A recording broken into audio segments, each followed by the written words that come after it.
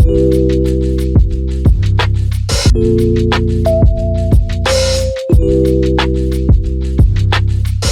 what up, man? This your boy David Lucas, man, and thank you for everybody who has been watching and subscribing and sharing and liking videos. I want to thank y'all for 50,000 subscribers. I wouldn't have 50,000 subscribers if it wasn't for y'all.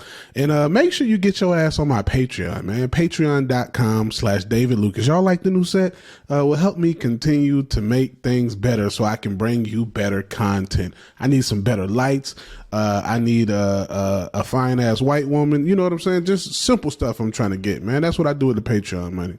You know, but anyway, thank y'all for 50,000 subscribers. Can't wait to hit 100,000. And I do read all your comments and I take a lot of things into consideration. And to prove that I read your comments, I'm actually going to answer some of y'all's questions today that y'all leave me on YouTube. So let's read some of these questions. Make sure you make them interesting. That way I'll read them. Under my Quentin Tarantino video, Timbo says, "This is hilarious. Now you need to check out Steven Seagal and Urban Justice." Bruh.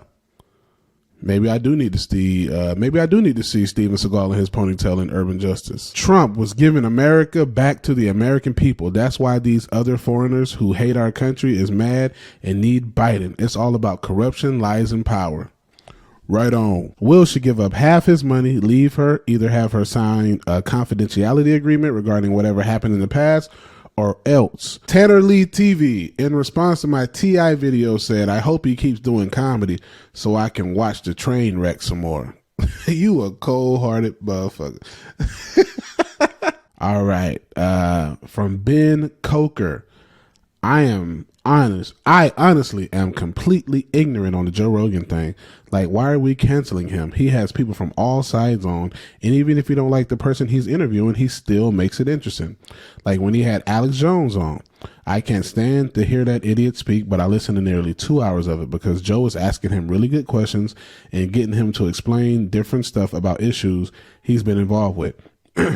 Naturally, Alex being Alex, he kept trying to go off topic, but Joe still kept it interesting without disrespecting him at all. And he will have people like the CEO or whoever it was from Twitter and talk to them about different stuff they've blocked or taken down and their reasons for doing it. And it's super interesting to get inside stuff like that. I just don't see how anyone could be mad at Joe for anything. Exactly. Joe is probably the most in the middle you can be. He has people from both sides on, all walks of life. He just recently had Sadhguru on.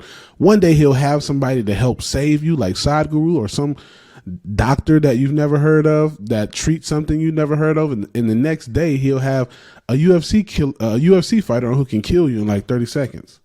He's the most in the middle. From Knuckle Chucker, T.I. needs to walk off with grace and dignity. David, you're right there on the edge of blowing up. Mega funny. Keep working. I am, baby.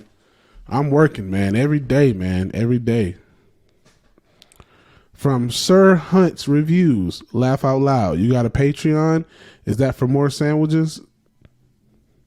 I do have a Patreon. It's patreon.com/David Lucas. So help me get some sandwiches, Sir Hunt's Reviews. From Derp. Most rappers do not translate well into comedy. They spend their whole career trying to be threatening and imposing, demanding people take them seriously. Then when they try to move over to comedy, they keep that same rapper energy when they go on stage. Comedy is a humble man's sport. You need to learn to laugh at yourself before expecting others to laugh at your jokes. Humility is a major part of it. T.I.'s ego is so large that it would take years of therapy and rehabilitation to set up a punchline. He was never even really a witty rapper either, like Redman or Ludacris. So what even gave him the confidence to think he'd do well at this? I never got a funny vibe from T.I. He's always trying to be a G in all of his interviews, and he always resorts to name calling every time someone disagrees with him. T.I. is an example of someone who needs to stay in their lane. I agree and disagree. I work with T.I. At this company called All Def Digital, owned by Culture Genesis. We work on a show there. T.I. is pretty funny when he's not on stage. But like you said, he needs to work on the aggression and the tone. Absolutely, 100%. I agree. From Gary Smith, you never know what you had until it's gone. A lot of people didn't like Trump because of the media blitz to convince people he was unsuitable. What people don't realize is that Trump didn't do anything to harm or hurt or even control the American people. This should help people realize how bad these politicians are. You're absolutely right. I feel like Trump was neither a Republican or a Democrat. He had his own money, and I think both sides really didn't care too much for him because he couldn't be controlled by anybody. I don't think we've ever had a president that rich be a president. So it's like, when money is of no influence to me, what other ways do you have to control me outside of make me look like a terrible person? That's it. From Wow How Bizarre, I like to think that Black Tarantino was the true personality the whole time. Who knows? Quentin Tarantino is fascinated with saying the N-word. That might be his real personality.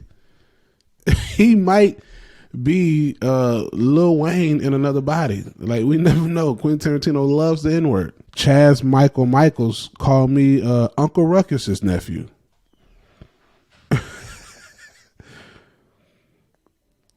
That's pretty funny. Keep scrolling. Aw, Alfreda Gross said, love your show.